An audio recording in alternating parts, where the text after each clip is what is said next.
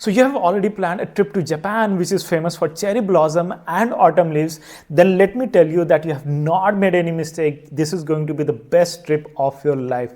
Trust us from our experience. Most likely you have already applied for Japan visa and you have got your Japan visa as well.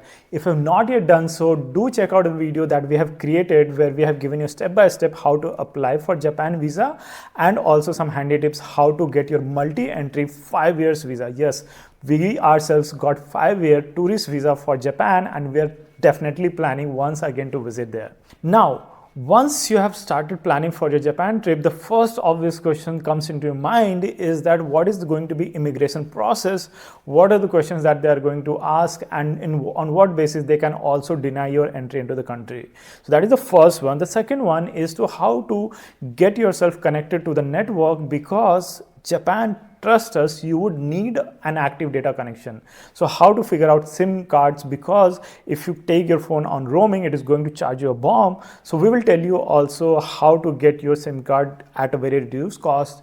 The third thing that we are going to cover is how to get Japanese yen once you are in Japan, because even though Japan is advanced and it has like all cool tech stuff, it still is a cash rich economy and you would need those Japanese yen if you want to like do shopping or like in general expenses.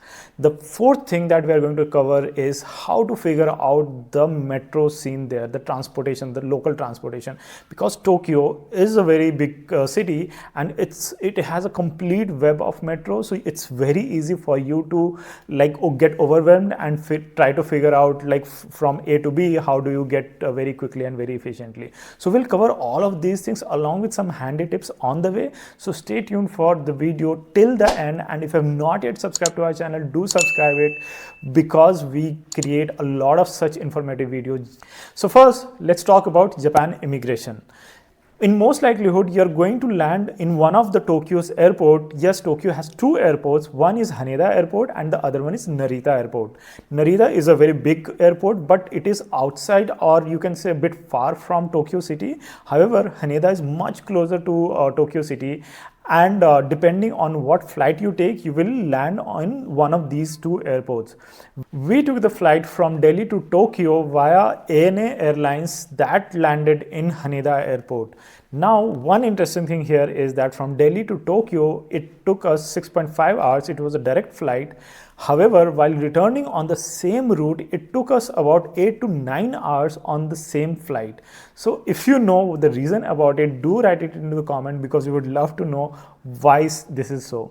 Anyway, whether you land in Haneda Airport or Narita Airport, the immigration process is going to be the same. Here is a handy tip that will make your immigration process a lot smoother and faster, is that you pre-register your arrival with Visit Japan web, where they are going to give you an online form which is same as arrival form that usually you fill either in the plane or when you deboard the plane. So this you can pre-fill, and what will happen is that you will also get a QR code that you can take a screenshot of or download it offline for your immigration purpose. Now again, there will be another QR code that you can generate, which is the custom form. You fill the custom form that you are not carrying any illegal material or any product that is prohibited in Japan. You just check box like no to everything and you will get a QR code. Just keep these two QR codes handy, because this is going to make your life a lot easy at the immigration process. Now, once you land there, you do board the plane. The first queue that you get into is where your face, basically a photograph, is taken along with your biometrics that you need to register there. And once you are done with that, like there will be staff who will be very courteous and they'll help you out with capturing all of these biometric information. Then from there you move into another queue, which is actually the immigration line, where once you enter, you will have to show the QR code that you generated. And worry not, if let's say if you have not yet got chance or you forgot to create this QR code, you can very well fill the immigration form over there itself and then hand it to the immigration officer. Since we had already got our QR code, we just scanned the QR code at the terminal that it was there, and they did not ask any question like when is your return, what is the purpose of travel, etc. All of those things. They just stamped our passport and they happily let us in. Post immigration, which was like very smooth for us, what we did was we went ahead to collect our bags. Now here one catch is that at the baggage claim area you would find the staff who would warn you to not carry certain items into the country. For example, from the airline itself, we were served late breakfast and we were not in the mood of like having that breakfast at that point of time. So what we did was we took the sandwich and put it in our bag so that we can eat it later. However, when we landed there, they said that the breads or sandwich etc. are not allowed into the country because it is the origination of this sandwich was from some other country. So we like deposited it to them, and then we took our bags and then went through the custom process. Now custom process again is the same thing. If you have a QR code already generated on your phone, just show it to them, scan it there, and you are good to go. If you do not have that QR code, or if you did not get a time to create one, you can fill the form over there and then scan it, and then you can go. You have already now officially entered Tokyo by completing the immigration and custom process. Congratulations to you. But the first thing is that how to inform your loved ones that you have arrived in Tokyo, or be connected, because you would need this connection for your Google Maps, your Google Translate, and to figure out like certain bookings that you would want to do on the go, etc. All of those things, right? So you would need active data connection. Even though like Tokyo major places you would find free Wi-Fi, but we would highly recommend that you get a SIM card for yourself because it's really handy, and it's pretty cheap also. So the moment you come out of the airport, you will find that there will be mobile carriers over there. Different company will have like their own shops. You can go ahead and inquire over there that what kind of plans that they have, etc. All of those things. The tip is that avoid these kiosks, but find out if there is a shop called Big Camera. This is nothing but a large chain in Japan itself of electronics that sells items right from, let's say, camera to laptops to everything else electronics. So there you would find a lot of different companies SIM cards, and it will range from like 1 GB to 10 GB, and it is valid for, let's say, 1 week to 30 days. And furthermore, it will also have different options like whether you need only data connection or you need data plus call, etc. All of those things. So choose as per your need. So do check it out. If you find a Big Camera, go there, purchase it from there. It's hassle free. You need not even pay in Japanese yen. You can use your credit card. We used our travel card to pay over there, and it had like a 0 forex markup, so it was a win-win for us. Now SIM card sorted, you are connected. The next thing to figure out is how to get your Japanese yen. Now there are two options. One is that if you're carrying USD, then you can go to one of these like exchange counters at the airport and get your currency converted. But we would advise against it because they are not going to give you best rate. It's going to be very, very poor rate. You are better off exchanging it in the city itself, at the city center like Akibara, Shinjuku, or Shibuya for that matter. So all of these places will have money exchange places. You can go and convert it there. I would recommend that don't convert at the airport itself. The second thing, what we did was that we used our travel card to withdraw cash from the airport. Now, a lot of banks, it might happen that some of the ATMs, bank ATMs will not work for you. Just try to, like insert in a couple of ATM machines over there and see which one works, which does not. For us, the moment we came out, there were 2-3 ATMs, none of them worked. So we thought, okay, let's check it. We'll go to the Tokyo city and, withdraw from there. Or in worst case, we'll exchange our dollars that we were carrying. So next, what we have to figure out is that from the Tokyo airport, which is either Haneda airport or Narita airport, how do you get to the city center or to your hotel? All these airports are very well connected either via the rail or the metro network or via buses as well. However, we will recommend that you go via metro because it's super convenient and it runs very frequently, and it's pretty reasonable also in terms of fare. But before boarding the metro, first what we would recommend that you get a smart card, IC card, which is called Welcome Suica card.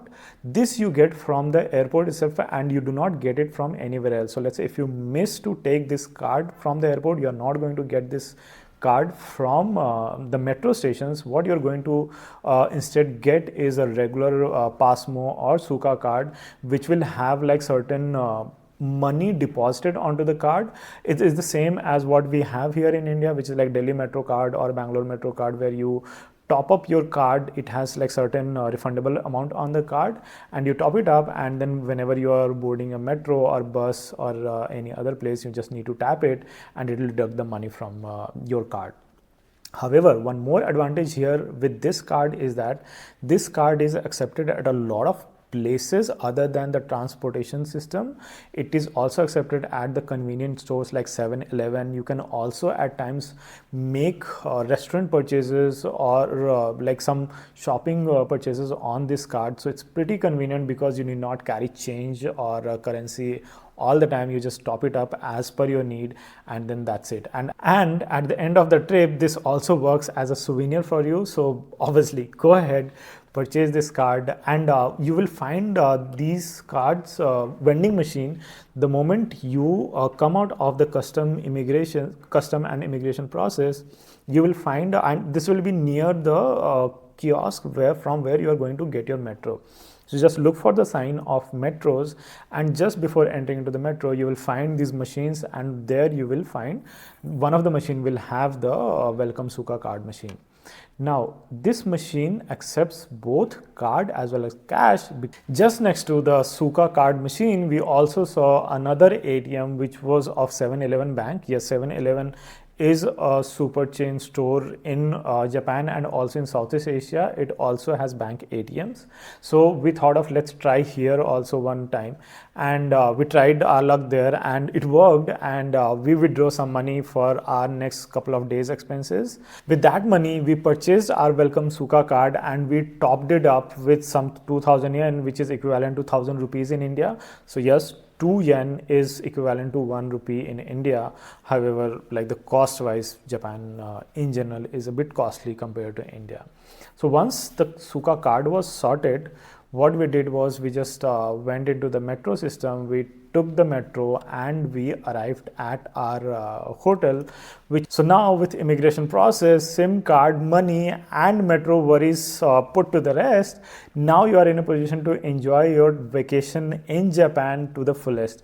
Another handy tip here is that do download couple of apps. One is your Google Map. It will help you to plan your trip from A to B. So for example, let's say if you are staying in the Tokyo area and you want to go to Shinjuku station, then what is the best way to go there? And it will also tell you which line you have to take, which metro line, because Tokyo Metro is very confusing. It has a lot of lines. It has a lot of intersections, so you will have to navigate through all of those things, and Google Map really comes in handy. At times you would also get lost, but look up and you will find signs which is also written in English, not only in Japanese. So you will be able to figure out the way. If at all you're not able to figure out a way out of the metro, ask any of the helpful staff. They will go like miles for you to help you out to get your problem solved. So don't hesitate to seek out for any help out there. Even for the not only the staff, but in general public also is very helpful there, that we realize. The second app that you should definitely download is the Google Translate. Why it is important? Because in general, at all the places you would find English language signs, but let's say this translation app comes very handy when you are, let's say, in a restaurant where menu is in, let's say, Japanese. Like not all the restaurants will have English translated menu. So what you can do is, like, from the translation app you can already get it translated, and at times it also helps you to communicate with the locals who might not be very efficient and fluent in English, and this will really come handy in that case. The third thing, if you're a vegetarian and if you're looking for a vegetarian food, Indian food is available there. There are a lot of restaurants, but let's say if you're not in a mood of having Indian, but let's say the vegetarian version of Japanese food, yes, Japanese food also has like a lot of vegetarian options, like my wife KB, she's a vegetarian and I'm non-vegetarian. So a lot of time we would try to figure out, Japanese food that had like a vegetarian option. So this app called Happy Cow, this you can download. It will come in handy where you can search for vegetarian restaurants in the area that you are standing, and it will give you the directions and all of the reviews, etc., along with the menu. So yes, these are the three important apps that you should definitely download.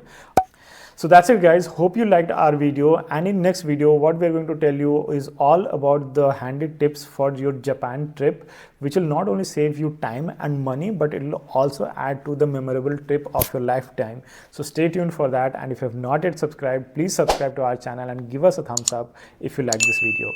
Tada!